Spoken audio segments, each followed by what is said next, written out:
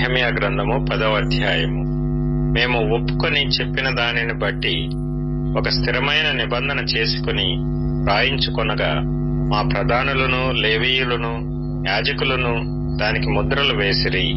దానికి ముద్రలు వేసిన వారెవరనగా అధికారియగు హకల్యా కుమారుడైన నెహెమ్యా, సిద్కియా, సెరాయా, అజర్యా, ఇర్మియా, పషూరు, అమర్యా, మల్కీయా, హట్టూషు, షబన్యా, మల్లూకు, హారీము, మెరేమోతు, ఓబద్యా, దానియేలు, గిన్నెతోను, బారూకు, మెషుల్లాము, అబీయా, మియామీను, మయజ్యా, బిల్గయు, షమయా వీరందరూ యాజకులుగా ఉండువారు.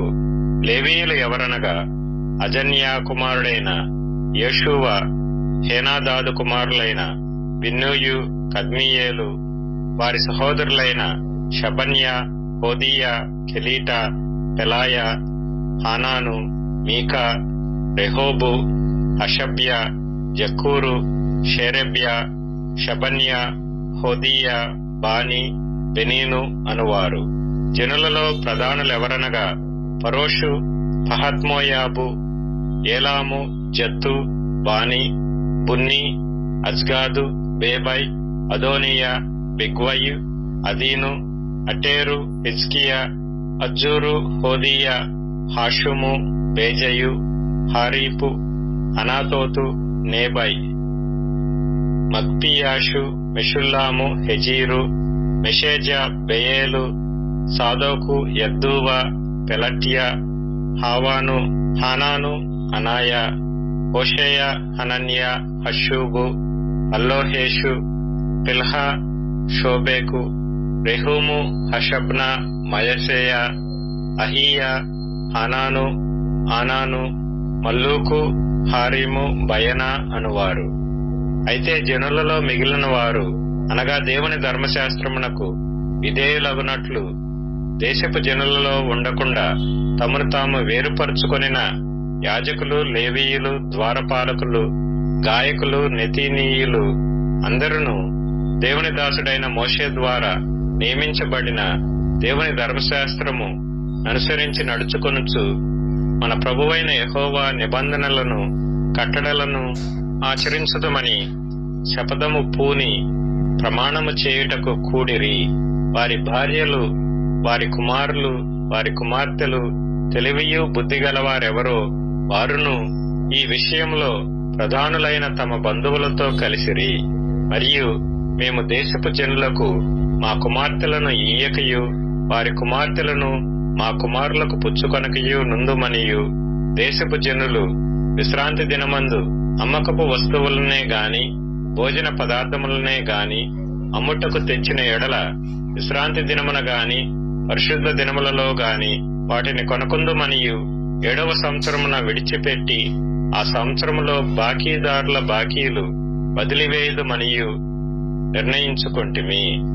మరియు మా దేవుని మందిరపు సేవ నిమిత్తము ప్రతి సంవత్సరము తులము వెండిలో 3వ వంతు ఇచ్చేదమని నిబంధన చేసుకొంటిమి. సవరింపబడిన రొట్టె విషయములోను, నిత్య నైవేద్యము విషయములోను, నిత్యము అర్పించు దహన బలి విషయములోను, విశ్రాంతి దినముల విషయములోను, అమావాస్యల విషయములోను, నిర్ణయింపబడిన పండుగల విషయములోను, ప్రతిష్ఠితములైన వస్తువుల విషయములోను, ఇశ్రాయేలీలకు ప్రాయశ్చిత్తము కలుగుటకైన పాప పరిహారార్థ బలుల విషయములోను, మన దేవుని మందిరపు పని అంతటి విషయంలోను అలాగుననే నిర్ణయించుకొంటిమి. మరియు మా పితరుల ఇంటి మర్యాద ప్రకారము ప్రతి సంవత్సరమును నిర్ణయించుకొనిన కాలములలో ధర్మశాస్త్ర గ్రంథమందు రాసి ఉన్నట్టు మా దేవుడైన యెహోవా బలిపీఠము మీద దహింపచేయుటకు యాజకులలోను, లేవీయులలోను, జనులలోను కట్టెల అర్పణమును మా దేవుని మందిరములోనికి ఎవరు తేవలనో వారును చీట్లు వేసుకొని నిర్ణయించుకొంటిమి.